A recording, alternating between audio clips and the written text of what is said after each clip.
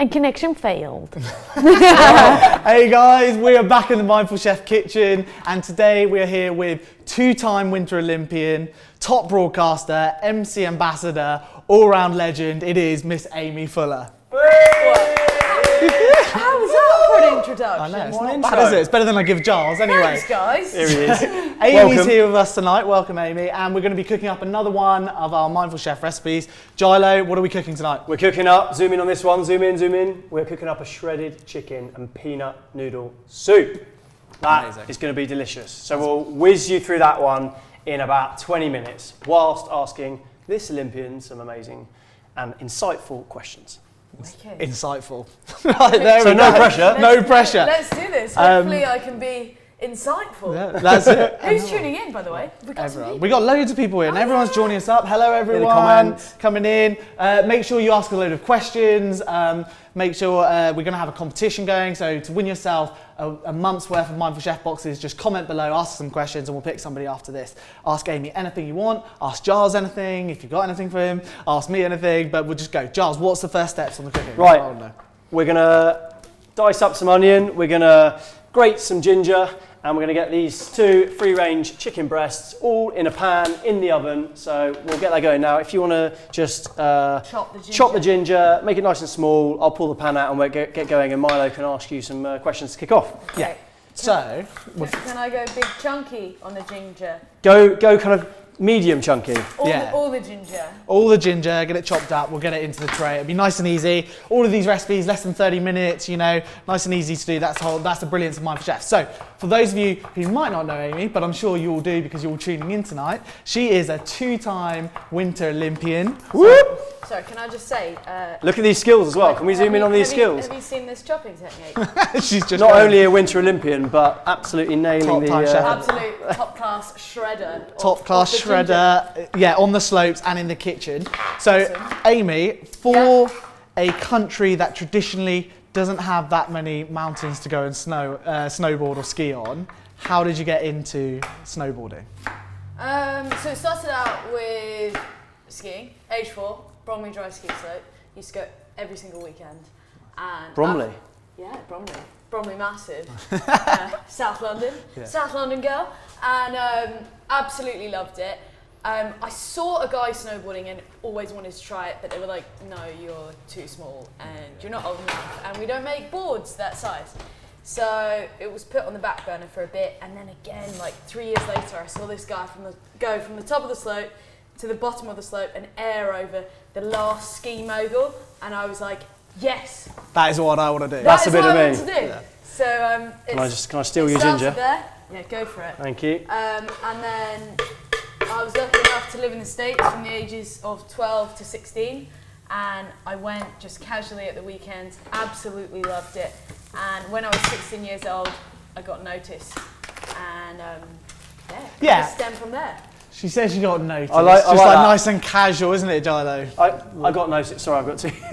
I got noticed, guys. Me, the chicken. Chicken breasts, free range from our lovely suppliers, Traditional Norfolk Poultry. Going in, have a little quick zoom in here because I'm then going to stick this in the oven. We've got free range chicken breasts ×2.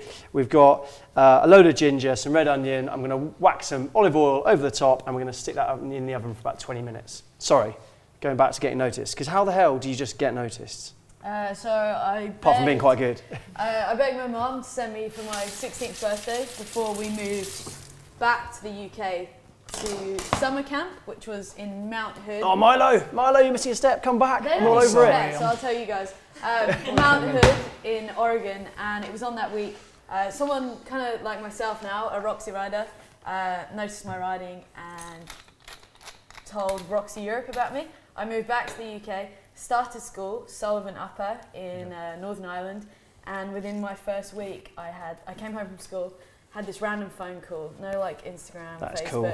And it was the Roxy European team manager. And she literally said, "Oh, hey, Aimee, Erin Comstock recommended you out in the States, and we'd love to bring you out to Switzerland next week for the Roxy European Future Camp." And I was literally like, what? No way! Like, get the bags ready, get the arm ready, let's go. I couldn't believe it because I never ever thought that I would even have the opportunity to snowboard again, moving back to Northern Ireland of all places. Yeah. And it really stemmed from there. That really opened the doors for me to join the GB junior team. And So how did you get into the GB team then after that? Like, so you got picked up by Roxy, sponsored, I'm guessing. Yeah, from so that I got point, right? sponsored by Roxy. I got my first coat. It was brown. It wasn't my favourite colour, but I just couldn't believe that I'd actually been given a jacket to snowboard in, and it was a Roxy jacket, like my favourite brand. Yeah, when you're that age, right, you're just stoked to have like stickers, like anything, clothes, anything branded. You're like, give it to me. Just having a jacket given to me in itself just seemed crazy, and then to be riding with, you know, the Roxy European junior team was wild. And the person that was coaching that week on the junior team in Switzerland was Leslie McKenna, who is a 3-time Winter Olympian, a bit of a legend from Scotland, and she was sort of heavily involved with Team GB. So again, recommended me to there, and it's kind of funny when I look back because it was never as if I actually like really trained. It was that camp was in the October, and I did my first contest in the December. So I just rocked up at the Roxy Chicken Jam. Somehow landed a run and got myself into the finals. So it was just like this snowball effect. It was crazy. Epic, love it. Gilo, what's going on over there? So just everyone watching, tell them what we're cooking again, just so they know. Shredded chicken and peanut noodle soup. So there you go, have a little zoom in on that. So we send out recipe cards just like this in a recipe booklet. There's 16 recipes a week. Our customers choose from all the way through. You can choose whatever you want. We've got vegan, they're all dairy-free and gluten-free, no refined carbs, super good for you, hence we've got Olympians in. And essentially, you just follow the simple instructions. We give you a little photo, we give you all the ingredients, like Aimee and I are chopping up here, and then basically you just rustle it up in anywhere between 10 and 40 minutes. So really easy, really simple. I can honestly say, for someone that travels so much and is on the go, without it being like, sponsored. No, it's been a huge help to everything I do to try and maintain that sort of healthy lifestyle while going from place to place and coming home for like 3 days. And the fact that you can like change the days on the order is just like magic. Know your stuff. And I'll be away, and I actually did it today because I'm going to be away Thursday to Sunday, and normally I get a delivery on Sunday, and then I just like go online and I'm like, oh, actually I'd like it on the Monday instead. And it will come just nice and timely for when I land, and I'll arrive and the food will be there. All sorted. Like magic. And it's healthy, but not boring. Exactly. Which, as you'll know, well, loads of athletes, we are official partner of the EIS, as you probably know. All these athletes I've done in the UK who use us, they're like, back in the day I used to have like chicken and 2 veg and it'd be really boring, whereas now you actually give me stuff that's actually quite innovative. Yeah. We've got a little task. Aimee, if you could just slice up these into really thin strips and then we'll put them in after the buckwheat noodles have gone on, we'll put them in. Okay, cool. So I'm going to put these buckwheat noodles on, nice alternative to standard noodles. It's just a little twist that we do at Mindful Chef, so I'll put those in. Also a lot healthier. Gilo, what's the top tip for buckwheat noodles? Top tip, and you'll see me mess it up later. Top tip with buckwheat is they go in for maximum 5. So 5 minutes, super easy. You can see I'm just sticking them in now. In less than 5 minutes, I'll have them out. And the top tip is to rinse them through cold water afterwards. Otherwise, they get really sticky. Yeah. Also, I won't completely mug Gilo off. Also, make sure you're constantly stirring them, mate, for that 5 minutes. All right. Otherwise, they will stick. Guys who have just joined in as well, make sure you're asking some questions. We'll answer them all towards the end.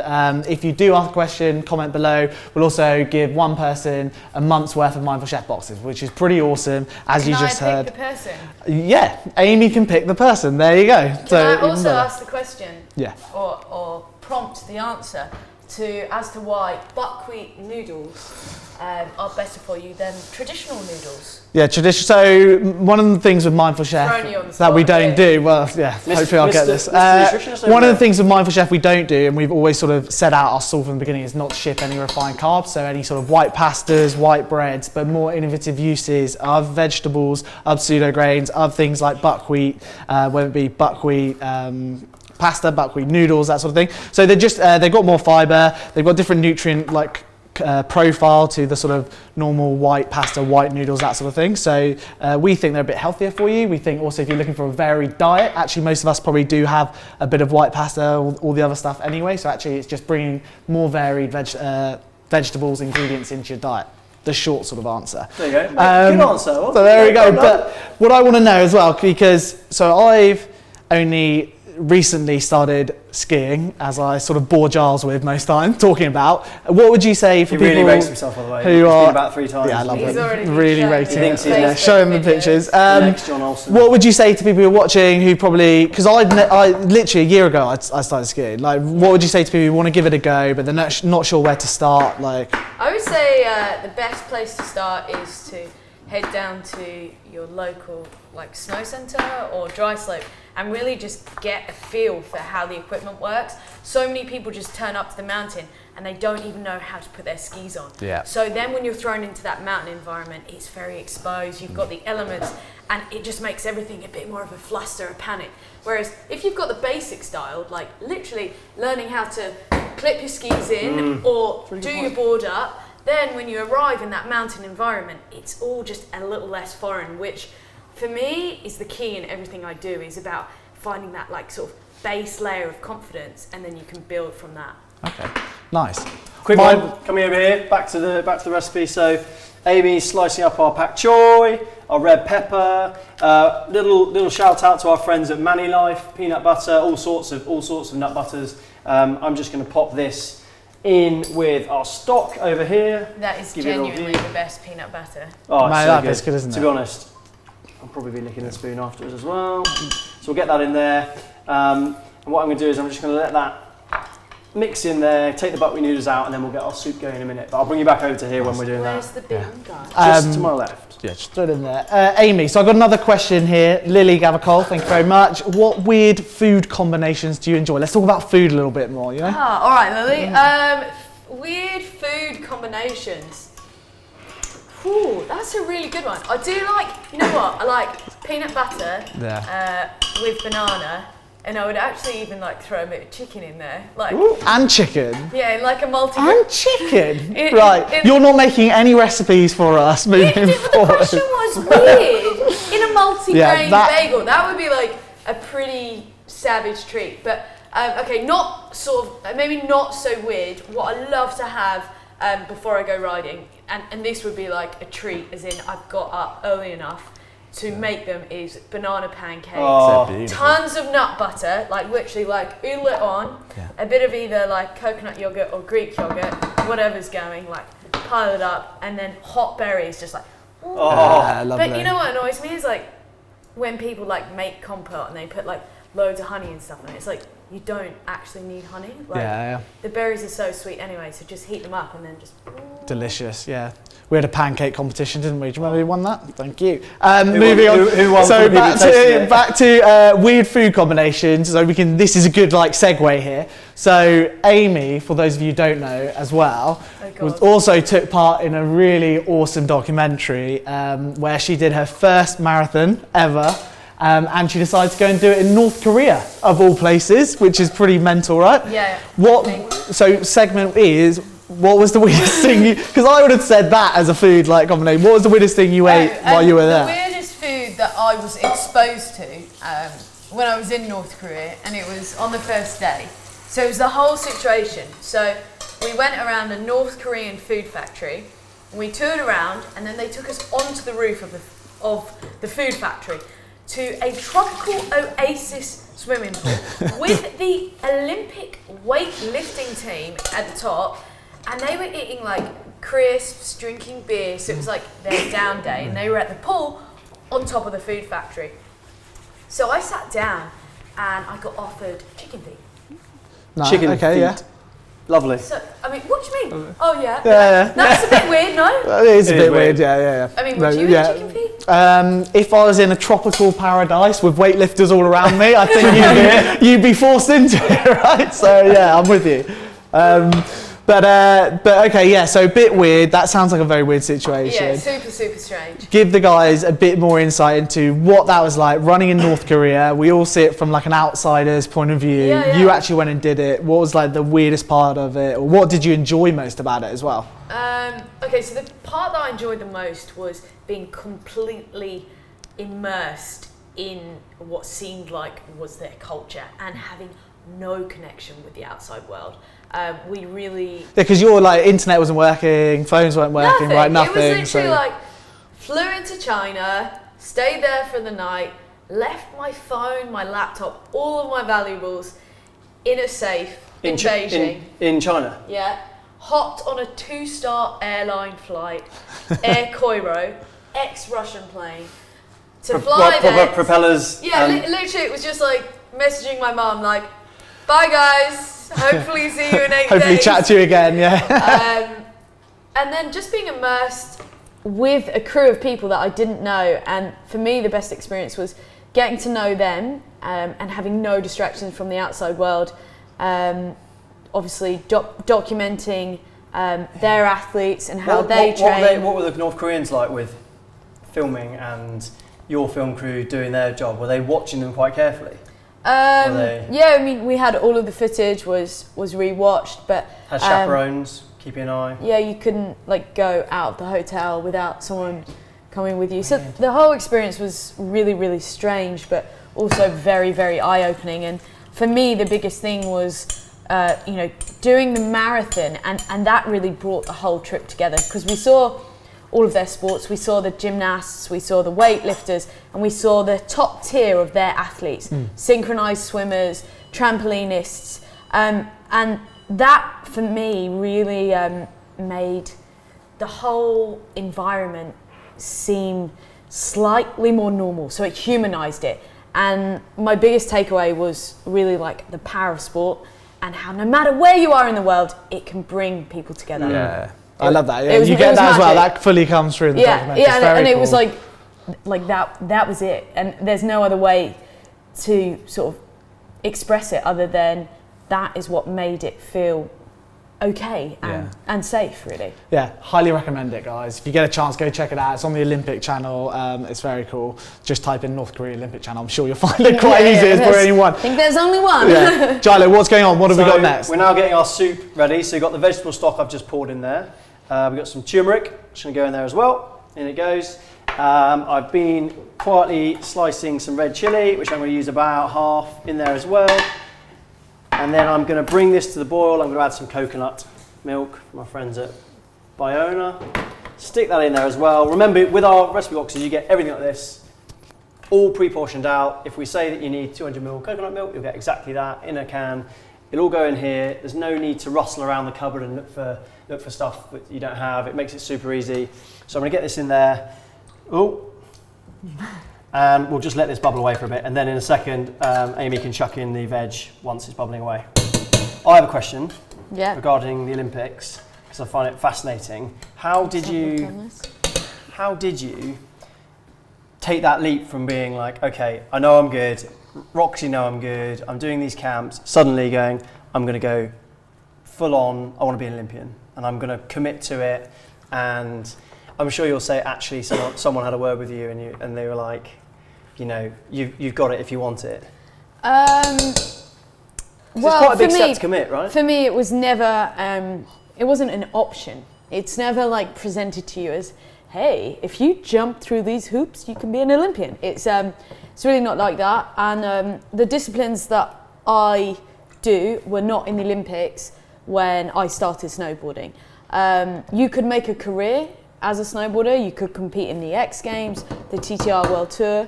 But in 2012, the opportunity was presented to me in the sense that slopestyle, which is what I do, became an Olympic discipline. And can you explain to everyone at home the difference between slopestyle, big air, and halfpipe? Okay, so you may or may not know of Shaun White, the flying tomato.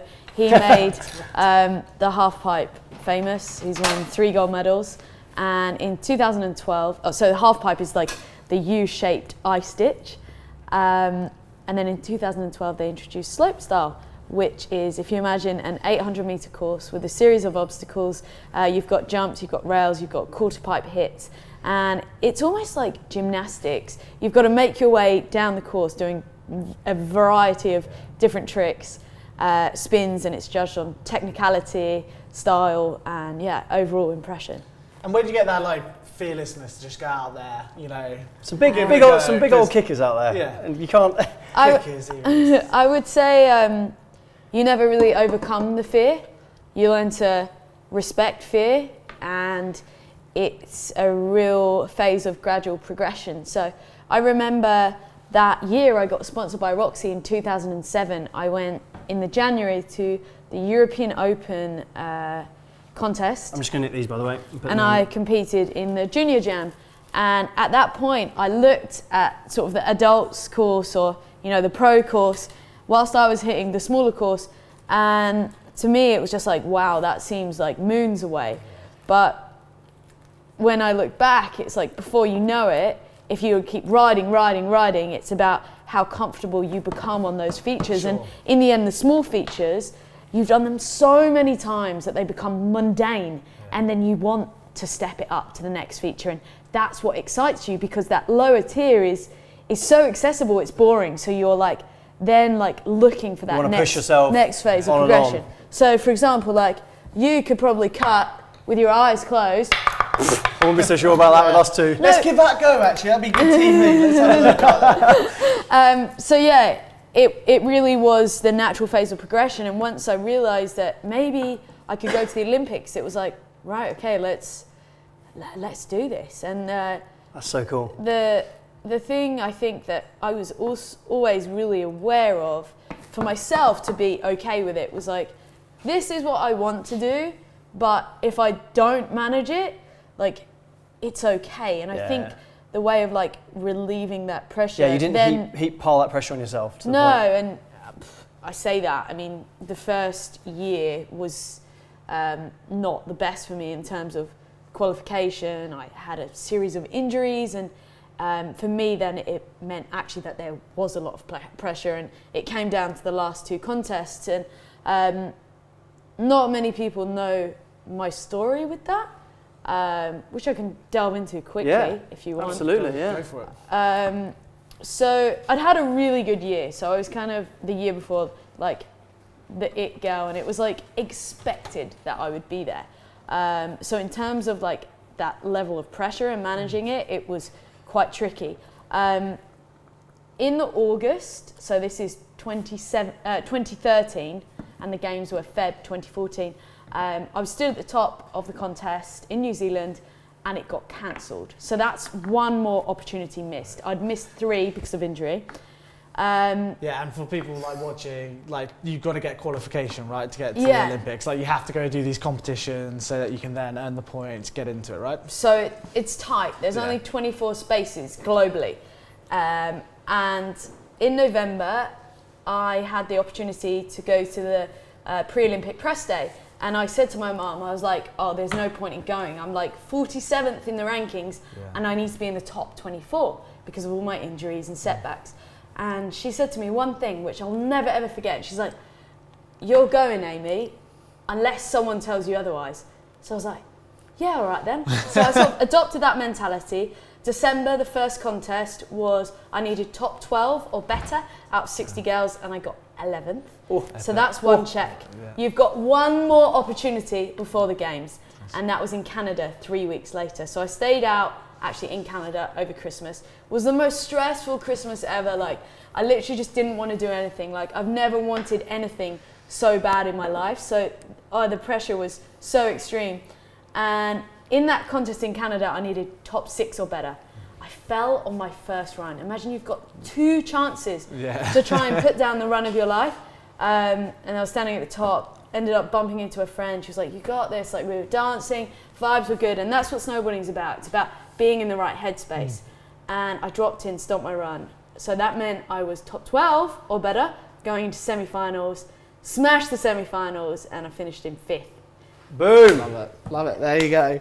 So pressure was insane, but for me it was all about how I applied myself, but sort of putting a positive spin on it with the good vibes. Yeah, love it. And there you go. Yeah, never give up. There's the secret right there, right? And so you competed in 2014 in South Korea? Russia, Sochi. Yeah, Sochi. And then 2018 in South Korea? Yeah. Pyeongchang. Yeah. And actually, Kay Smith's just come in and said, Like, can't believe you got a hell of a lot of nerve to stomp a big air as well in Pyeongchang. So there you go. We got another question. What is your favourite Mindful Chef recipe? Oh, you know Putting what? you on the spot there. Yeah, that is putting me on the spot. I'm going to be a little bit rogue because I've eaten a lot of chicken throughout my career, Right. and I do like chicken. I'm really glad we have it tonight because I feel like I need a bit of Bit pump on the protein, protein. yeah. I'm feeling a little tired, to be honest. But I'm going to go for like my favourite tasting recipe.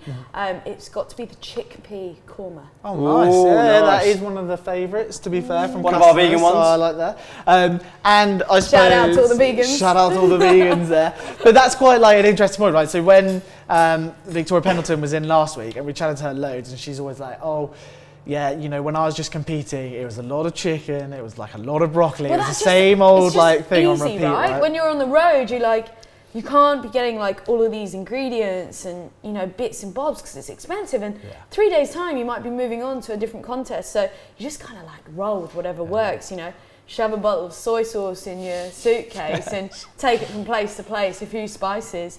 So it's like whatever's healthy, whatever's easy, just get it in. But the cool thing about this, right, and what you're saying like now, I think, is actually you can eat really well still, and it can just be different every single week. You can be cooking different things. That's the really unique thing about the boxes is that you don't have like, you know, like tons of sauces and stuff. You've just got enough to like fit the bill for that recipe, which is just Chicken perfect, just which come out. means you can have so many different options. So what we're going to do? Look at that chicken. Chicken's come out. You See, I can see say the. that now. Yeah, exactly. I'm all about the chicken. Yeah, that's it. Forget the The veggie korma was.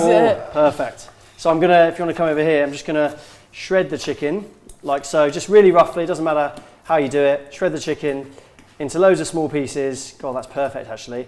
And we're gonna then stick that into the soup, where it's just over there. So you can see that. I'll shred both breasts and we'll get them in the soup, along with the ginger, the red onion. We'll let it simmer away for a couple more minutes, and then basically we're there. Amy's kindly chopping up the coriander, and you've almost done, what is that, 20 minutes? Yeah, probably around that. So Aimee, also, you're now into presenting, you're also a qualified yogi, very much into your health and wellness. What sort of stemmed that? We're always quite interested, Giles and I, and like chat to people, because we have a lot of athletes as well who use Mindful Chef, or ex-athletes. It's like about that transitioning period. Probably for you, like stepping back, I suppose, from like competing as much, and it's like, okay, so what stemmed that like sort of yogi transition? And yeah, I actually just hosted my first retreat last week, so very cool. Shout out to our retreat. That looked very fun. Oh, it was magic. I absolutely loved it. I did my yoga qualification December 2018, so sort of post games. And for me, the reason why I did it is because yoga has played such a huge part in my career in holding not only body but mind together. You know, it's very intense on the road, and sometimes we'll be traveling to like 5 contests in a row, so it's back to back to back, and it's not about how you bash your body, it's about how you fix your body in that interim period, and it really, really has helped me. So I did my qualification, I love it, I love practicing, so that was just like a fun little addition, and off the back of that, it's given me the opportunity to host various events for brands, as well as host my first retreat. So it went really, really good. We did it in the mountains, of course, so you know, we had some skiers, snowboarders. It was by no means an elite level ski snowboard retreat. It really was about the yoga and then just immersing people in something that I love and something that's helped me so much. So it looked epic. We watched it all online. Looked very cool, to be fair. Pop the chicken in, shredded chicken. There you still go. managed to get upside down. So I did see that as Look well. how much you get from 2 breasts. Absolutely loads of chicken going in there. Just gonna get it in the turmeric. So can I eat this? Yeah, go for it. Super nice. So chicken's all in there. I'm gonna add this to the pan as well, and then we're basically almost there. And then another question somebody had from Instagram: what would you say top tip for somebody who's never done any yoga? Typically me or Gilo, pretty not that flexible. When we did especially, that camp a couple of years ago. Oh my not goodness. too flexible, but like My flexibility is. So they're scared down about there. it. They're scared about it. What's the top tip? What would you say? To get involved. I think the top tip is to, first of all, be consistent.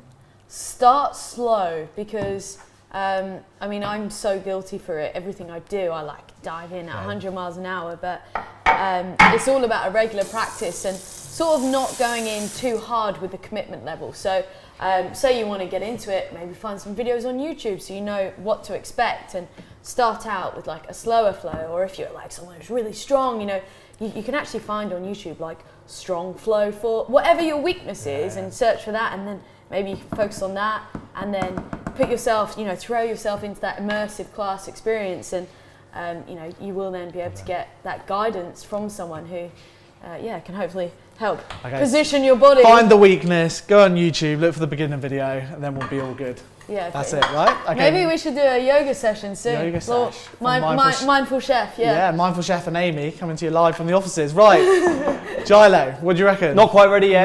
Not quite ready yet. Oh. Almost. Yeah. Almost. And then, what are your top tips for like traveling? We sort of spoke about it earlier. Traveling, trying to eat on the go. Obviously, you're pretty used to that by now. Like trying to stay healthy. Do you want like the hard, fast reality of how to manage your diet on an aeroplane? Yes, yeah. In the middle of a winter season. So, tuna, yeah. The no drain ones, yeah. Okay. Whap a couple of those in your bag so you don't have to eat the plain food. Avocado, cut it in half, or not even cut it in half if you don't have a knife. You can actually peel it. You can have an avo bomb, so you can just get all in and amongst it. Avo bomb! Right, chef. You learn something new every day, put that in. That's in the recipe. Avo bomb. A couple oat sachets, whatever brand you fancy, because you can always, when you're on a plane, you know, pile the oats into like a little tub, or ask them for something. Ask some boiling water. Bob's your uncle. Get maybe even a little bit of almond butter or peanut butter, you know, the little ones, you know. You can do it all now. There's miniature everything. So just make sure that literage isn't too big for the liquids. 100%. Okay, so basically, prepare. Preparation is what Aimee's saying. Take it with you. Take the good stuff with you, right? Yeah. Make sure you got an avo bomb, and then you're good to go. You can now get, is it Moma or Moma, the porridge? You can now get on EasyJet as well. So if you want to be healthy, and you're on EasyJet, you'll probably flying BA or Virgin or something. But if you're ever on EasyJet, Russian Airlines. the twin prop. More like Cairo there. That's it. Right, we are now ready. So over here, we've got our 2 bowls of buckwheat noodles ready to go. We've got a little bit of garnish in the form of coriander, nicely chopped up, and then we're just going to pop in, have a little zoom, get in there, get the camera right in there. We've got our soup ready to go. Turmeric, a load of chilies, a load of shredded chicken. We've got the ginger, we've got the red onion, we've got the pak choy, we've got the red peppers.